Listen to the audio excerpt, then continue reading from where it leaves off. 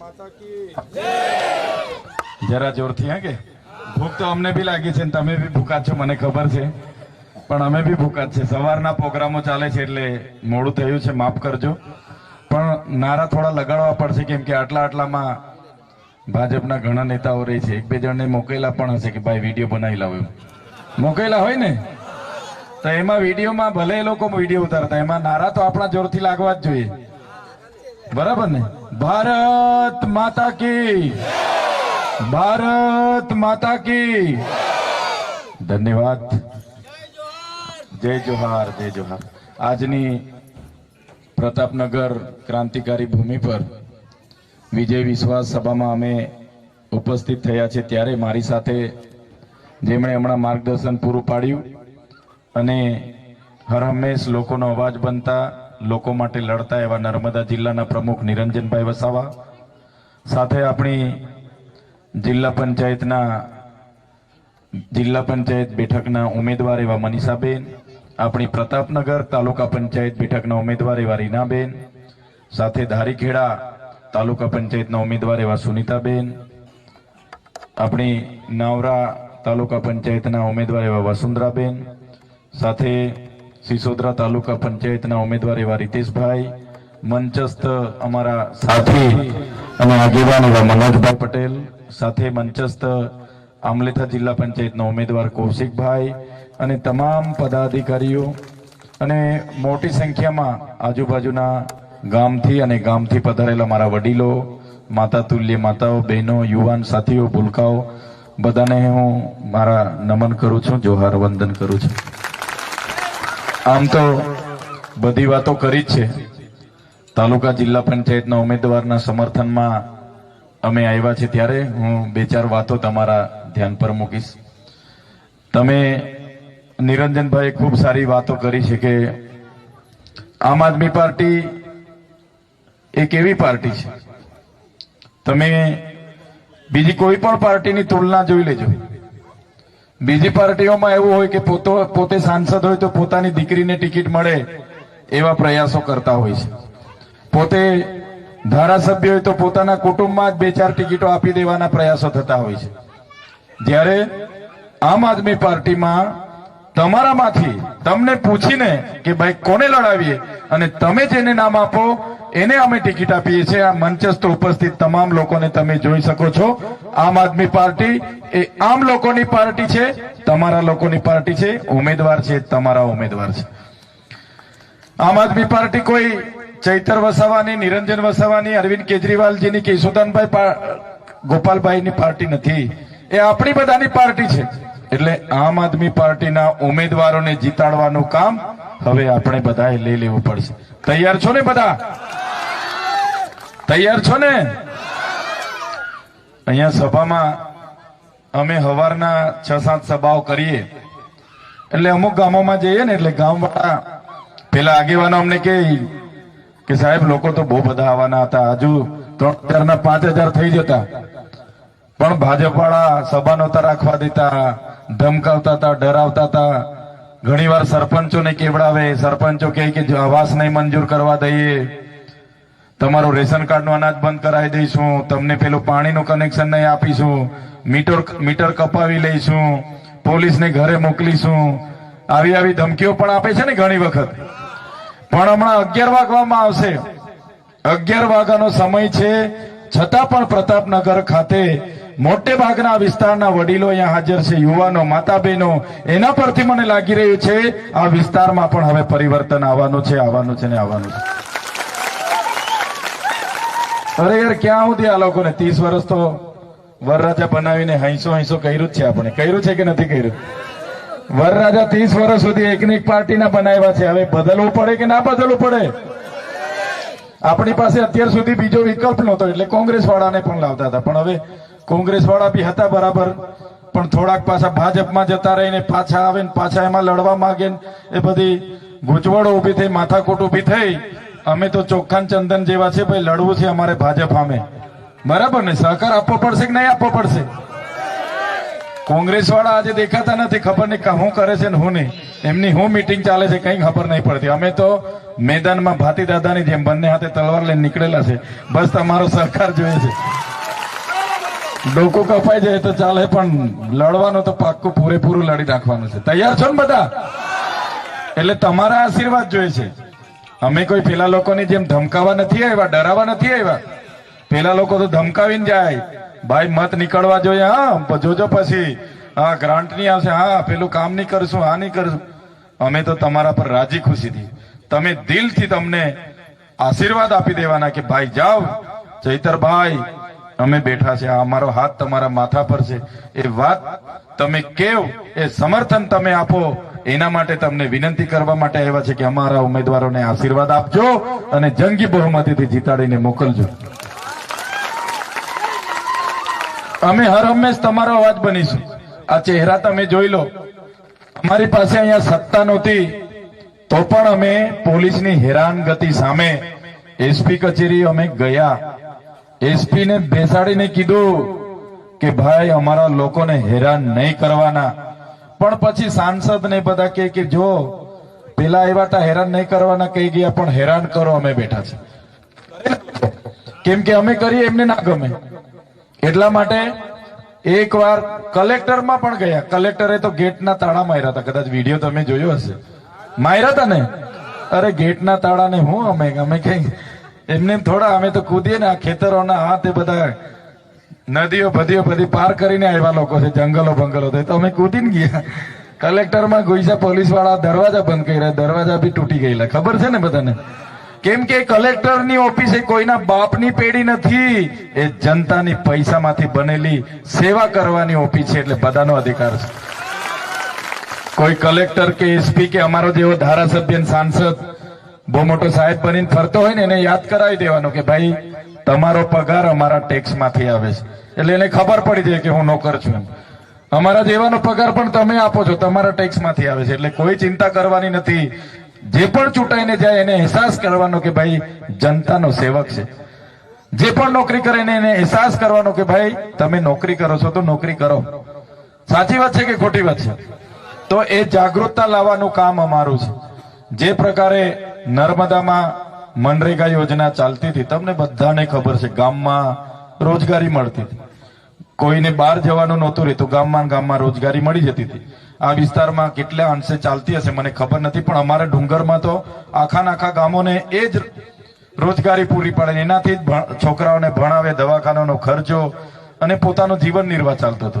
આ ભારતીય જનતા પાર્ટીના બચુભાઈ ખાબડ જે મંત્રી હતા ગ્રામ પંચાયત ગૃહ નિર્માણના, એમણે કરોડો રૂપિયાના કૌભાંડો કર્યા.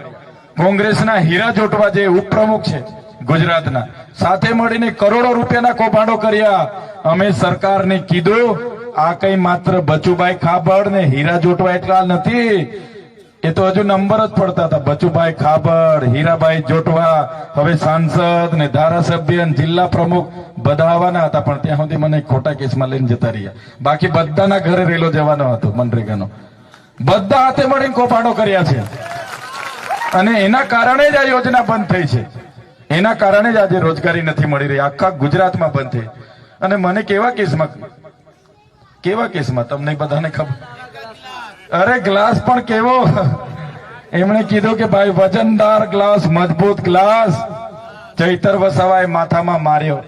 અલા ભાઈ મજબૂત ગ્લાસ આ ચૈતર વસાવા માથામાં મારે ને, પેલા ભાઈ હિદ્દો ઉપરનો રસ્તો પકડી લે, ટાટા બાય બાય જામ છું. સાચી વાત છે કે ખોટી વાત છે? મજબૂત વજનદાર ગ્લાસ આ ચૈતર વસાવા કોઈને મારે તો માણસ Tata bye bye good bye કહી દે કે નહીં કહી દે? પણ આ મારા બેટા કેસ બી એવો કેવો બનાવ્યો, અઠવાડિયું મહિનો નહીં 80 દિવસ તા રાખ્યા જેલમાં. કીધું કે કેમ ખેડૂતોની લડત તમે લડો છો? કેમ કે તે વખતે ખેડૂતોને ભાવ નહોતા મળતા, એનો અમારો જંગ ચાલતો હતો કે ખેડૂતોને તમે ડબલ આવક કરવાની વાત કરી હતી. કેમ આવક નથી ડબલ થઈ? કેમ ખાતરના ભાવ વધે? કેમ ગેસના ભાવ વધે? કેમ બિયારણના ભાવ વધે? કેમ દવાના ભાવ વધે? અને અમારા ખેડૂતોના શેરડીના ભાવ કેમ ના વધે? દૂધના ભાવ કેમ ના વધે? કેળોના ભાવ કેમ ના વધે? એવું બધું અમે પૂછીને એટલે આ લોકોને ગમે નહીં. અમારા વિસ્તારમાં આખા આદિવાસી લોકો માટે લડીએ અમે કે ભાઈ નર્મદાનું પાણી પણ આપો ને યાર, અમને કાચમાં લઈ જાવ તો અમારો અધિકાર છે કે નથી? આપણો બધાનો અધિકાર છે કે નથી? નથી આપતા લોકો, તો લડવું પડે. 505 શાળામાં આપણા જિલ્લામાં 505 શિક્ષકોની ઘટ છે. 300 થી પણ વધારે ઓરડાઓની ઘટ છે કે જ્યાં બાળકોને બેસવાના ઓરડા નથી. એક ક્લાસરૂમમાં 4 ધોરણને ભણાવતા છે. કેટલાક તો ઝાડ નીચે ઓટલે ભણે છે અમારા વિસ્તારમાં. આંગણવાડી 309 જગ્યા, 309 કેન્દ્ર એવા છે કે ત્યાં આંગણવાડી નથી. તો બોલવું પડે કે ના બોલવું પડે? કેવું પડે કે ના કેવું પડે? જે નાના ભૂલકાઓના પૌષ્ટિક આહાર માટેના ગરમ નાસ્તાના પૈસા આવે, આ લોકો એમાં પણ ભ્રષ્ટાચાર કરે. બોલો, કોઈ ગરીબ નાના બાળકનું ખાવાના પૈસામાં બી આ લોકો કમિશનો ખાય. આયુષ્માન કાર્ડ જે ગરીબ કોઈને અકસ્માત થાય એના માટેની જોગવાઈ કરી, ચાલો કઈ વાંધો નહીં, બહુ સારી, 5 ના 10 લાખ કર્યા, અભિનંદન તમને. પણ મારા ભાઈ અહીંયા આયુષ્માનમાં ઓપરેશન જ નથી કરતા. પેલા લોકો પેલો ટાટિયો તૂટી જાય ને તો પેલો કાર્ડ લાવો, માં કાર્ડ લાવો, પિતાજી કાર્ડ લાવો, પાન કાર્ડ લાવો, રેશન કાર્ડ લાવો, જાતિ દાખલો લાવો, આવક લાવો, ફલાણું લાવો, ઢીકણું લાવો. એમાં તો પેલો માણસ ટાટી લઈને બી એ બી જતો રહી, કંટાળી જાય. તો એ નીતિઓની પરિસ્થિતિ બદલવાની છે ભાઈ. તમારે લાભ જ આપવાનો છે તો એક માગી લો ને, ચૂંટણી કાર્ડ માગી લો, આધાર કાર્ડ માગી લો ને આપી દો, તો હું વાંધો છે? બરાબર છે કે ખોટી વાત છે?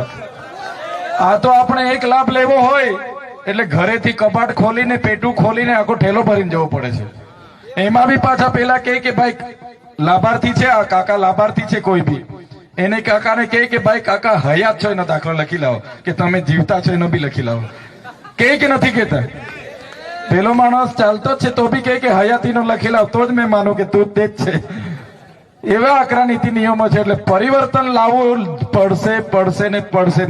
સમજશો ને બધા?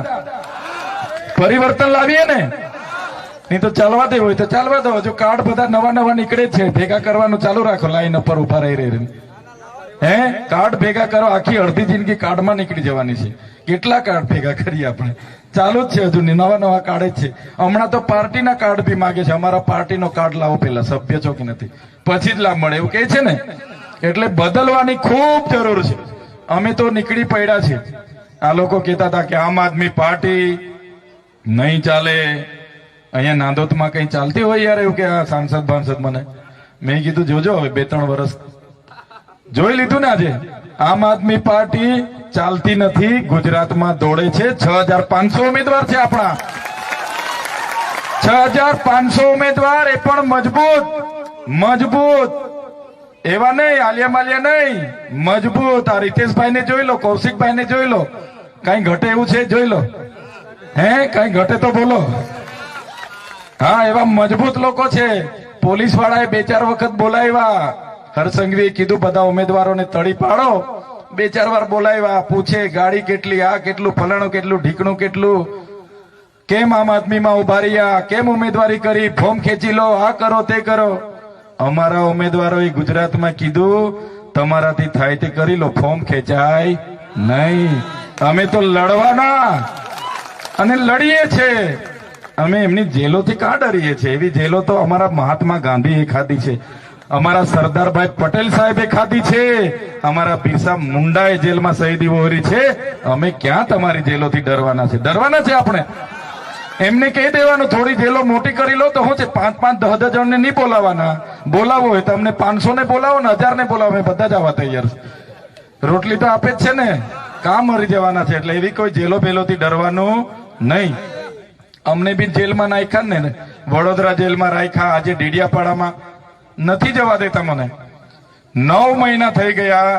ડેડિયાપાડાની જનતાએ મને જયારે ધારાસભ્ય બનાવ્યો ત્યારે 1,03,443 મત આપ્યા હતા. 43,000 રૂપિયાની મારી લીડ હતી. એ જનતાએ એક પણ દારૂ નહીં, એક પણ રૂપિયો નહીં, એક પણ સાડી નહીં, એક પણ ચવાણું નહીં, છતાં મને ધારાસભ્ય ચૂંટ્યો. એમના માટે પણ જોરદાર તાળીઓ પાડો. અને સામાન્ય પરિવારમાંથી, એવું નહીં હું તો નોકરી કરતો હતો, વિસ્તરણ અધિકારી હતો, એમાંથી રાજીનામું આપીને ચૂંટણી લડ્યો ને કઈ નહીં મળે, ચૂંટી લાવ્યા. લોકસભામાં મનસુખભાઈ અમે લડતો હતો ત્યારે મને ડેડિયાપાડામાં પ્રવેશ બંધી હતી, નર્મદા જિલ્લામાં, ભરૂચમાં. 1 લાખ ને મનસુખ દાદાને 58,000 મત મળ્યા હતા. 1,18,000 મત મને જનતાએ આપ્યા હતા. 60,000 ની ડેડિયાપાડામાં લીડ હતી. આજે મને નથી જવા દેતા, પણ લોકો જાગી ગયા છે, લોકો જાગી ગયા છે. મેં ચૂંટાયો એના પહેલા તો તલાટી કમ મંત્રી તમને નહોતા મળતા. ત્યાં અમને અમારા વિસ્તારમાં તલાટી કમ મંત્રી ના મળે. આજે તો મંત્રીઓ ત્યાં અઠવાડિયામાં 2-3 મંત્રીઓ આટા મારતા થઈ ગયા. ફળીએ ફળીએ, ગલીએ ગલીએ, ફળીએ ફળીએ જાય છે. અને પેલા ગૃહમંત્રી હર્ષ સંઘવી તો જાણે ઢીડિયાપાડાના જમાઈ હોય. કાલે બી આવ્યા હતા, એના 15 દિવસ પહેલા બી આવ્યા હતા, એના 15 દિવસ પહેલા બી જાણે કે અમારું ઢીડિયાપાડા એની સાસરી હોય એવા આટા જ માર્યા કરે, આટા જ માર્યા કરે. ખબર નહીં ઢીડિયાપાડા વાળા હું ખવડાવે છે, કઈ સમજ નથી પડતી. એટલે બધા હવે માળા જપતા થઈ ગયા છે. મંત્રીઓ, તંત્રીઓ, મુખ્યમંત્રી, વડાપ્રધાન સાહેબ બી આવ્યા હતા. છેલ્લામાં છેલ્લા વડાપ્રધાન સાહેબ એમના મેન છે, એને પણ લઈ આવ્યા. પણ ડેડિયાપાડા વાળાએ મને કીધું, ચૈતરભાઈ તમને નથી આવવા દેતા, તમે રાજપીપળા કાર્યક્રમ રાખો કે ગાંધીનગર રાખો, અમે તો તમારા કાર્યક્રમમાં જ આવવાના છે, કાર્યક્રમ કરો એવું કે. મેં કીધું એટલે દૂર નથી, નેત્રંગમાં કરીએ. ચાલો. વડાપ્રધાનના કાર્યક્રમમાં 7,000 પોલીસ વાળા, આશા વર્કરો, આંગણવાડીઓ, ગામ સેવકો, તલાટીઓ, માસ્તરો એમ કરીને 7,000 કર્મચારીઓ, બીજા 2-5,000 લોકો હતા. આપણા નેત્રંગના કાર્યક્રમોમાં લોકો જોઈ લે ને તમે, લાખોની સંખ્યામાં આવી ગયેલા. એ જ જનતાનો પ્રેમ છે, એનાથી જ અમને હિંમત છે, એ જ તમારા આશીર્વાદ છે, એની જ અમારી તાકાત છે. આ લોકો અમારી પાછળ આદુ ખાઈને પડેલા, પણ અમે કોઈનું ખોટું કર્યું નથી, એટલે એમનાથી ડરતા નથી. અને તમારા આશીર્વાદ હોય તો કઈ ઘટે ના ઘટે ને. જેલમાં જઈને બી તમારા આશીર્વાદથી છૂટીને પાછા તમારી વચ્ચે આવીને ઉભા છે. જે લોકો કહેતા હતા કે ચૈતરભાઈ નું ખતમ, આમ આદમી પાર્ટી ખતમ, હવે નથી ચાલવાનું, એવા લોકોને પણ આપણી ધરતી પરથી કેમ છું, તુમકો કા લગતા था नहीं लौटेंगे, तुमको क्या लगता था नहीं लौटेंगे, गलत. जब तक तोड़ेंगे नहीं तब तक छोड़ेंगे नहीं. हमको क्या अंडू पंडू झंडू समझ के रखा है क्या? ये चैतर वसावा है, चैतर वसावा कभी झुकेगा नहीं, लड़ेगा. એવા લોકોને આજે ઊંઘ નથી આવતી. મારી મીટિંગો હમણાં થઈ ને નગાતપોર, હમણાં બધી મીટિંગો કરતા કરતા આવ્યો છું. એના વિડીયો જોતા હશે, કેમ કે 2-4 ને તો મોકલે જ છે લોકો વિડીયો બનાવવા.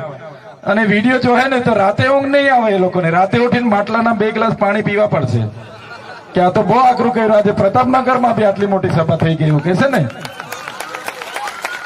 એટલે ખૂબ સારું છે. આપણે તો દેખીતી રીતે લડવાનું છે, આપણે કોઈ છુપાવવાનું નથી. આ લોકો પૈસાઓ લાવશે, ડરાવશે, ધમકાવશે. મફા કાકા 200 રૂપિયા લઈ લો, મત આપવાના છે, કાકીને બી કેજો. સોમા દાદા આ લઈ લો, છગન કાકા લઈ લો, હા લઈ લો, લઈ લો. ભાઈ લઈ લેવાના. હા, એ કઈ કોઈ કેળો કાઢીને પૈસા નથી આપવાનો, કોઈ મકાઈ વેચીને કે કપા વેચીને નથી આપવાનો. 5 વર્ષ શાસક પક્ષમાં હતા એટલે ભેગા જ કર્યા છે, ભ્રષ્ટાચાર કરી કરીને. 1000 આપે તો કેજો, આ બધું મારે જોવાનું છે. 5,000 આપી જા, ભળ્યું જોવાનું છે, કે 5,000 ઠોકી લેજો. પણ મત તો આપણા ઝાડુને જ આપજો. કહેવાનું આ ફળ્યું મારે જોવાનું છે, લાવ. સાચી વાત છે કે ખોટી વાત છે? હા, માગી જ લેવાના, આપણા છે, પણ મત બગાડવાનો નથી, મત ઝાડુને જ આપવાનો છે. કેમ કે યાર વિધાનસભા ચાલતી હતી, એક બાજુ ખેડૂતો આંદોલન કરે. હું ગાંધીનગર હમણાં 16 ફેબ્રુઆરી થી 26 માર્ચ સુધી વિધાનસભા ચાલે. રોજના ખેડૂતો ટ્રેક્ટર લઈને આવે, વિદ્યાર્થીઓ આવે કે શિષ્યવૃત્તિ આપો, કેટલાક ભણેલા લોકો આવે કે શિક્ષકની ભરતી કરો, આંગણવાડીઓ આવે કે અમને કાયમી કરો, આશા વર્કરો આવે કે અમારો પગાર વધારો, આઉટસોર્સિંગ કર્મચારીઓ વાળા આવે કે અમને શોષણ થાય છે, અમને કાયમી કરો. હું તો 1 મહિનો ગાંધીનગર રહ્યો ને સત્રમાં, રોજના ઘમાસણ, રોજના આંદોલનો. વિચાર આવે હારું ગુજરાતમાં બધા જ નારાજ. પાટીદાર સમુદાય આખો આવે, રાજપૂત સમાજ આવે, એસસી સમાજ વાળા, આદિવાસી, બધા નારાજ છે. પણ હારું ખબર નથી પડતી આ કઈ રીતના જીતીને પાછા છેલ્લે આવી જાય છે. એટલે ડેડિયાપાડામાં ભલે લાગ્યા હોય, અમારી પાછળ ભલે લાગ્યા હોય, એની કોઈ ચિંતા કરવાની જરૂર નથી. આપણા તાલુકા અને જિલ્લા પંચાયતના ઉમેદવારો તમે જોઈ લો. અને અમે તો 3 જ વર્ષ હજુ ધારાસભ્યમાં થયા છે. એ લોકોને ડેડિયાપાડા પૂનમ ભરતા અમે કરી દીધા છે. અગર 15-20 વર્ષ રાજનીતિમાં ટકી જઈશું ને, આ ભાજપ વાળાના બધાના છોતરા કાઢી નાખીશું અમે, કાઢી નાખીશું અમે, છોડીશું નહીં. કેમ કે એ લોકોએ લૂંટવાનું જ કામ કર્યું છે. એકવાર જિલ્લાનો પ્રમુખ બની જાય એટલે 5 પેઢીનું ભેગું કરી લે. મારો હાડો કરી લે કે ના કરી લે? 5 પેઢીનું ભેગું કરી લે. એટલે સત્તામાં આવે એટલે પૂછીએ ભાઈ કેમ ચૂંટણી લડો છો, તો ના સત્તામાં આવીને થોડું કરી લેવું છે અમારે. અમારો એવો હેતુ નથી.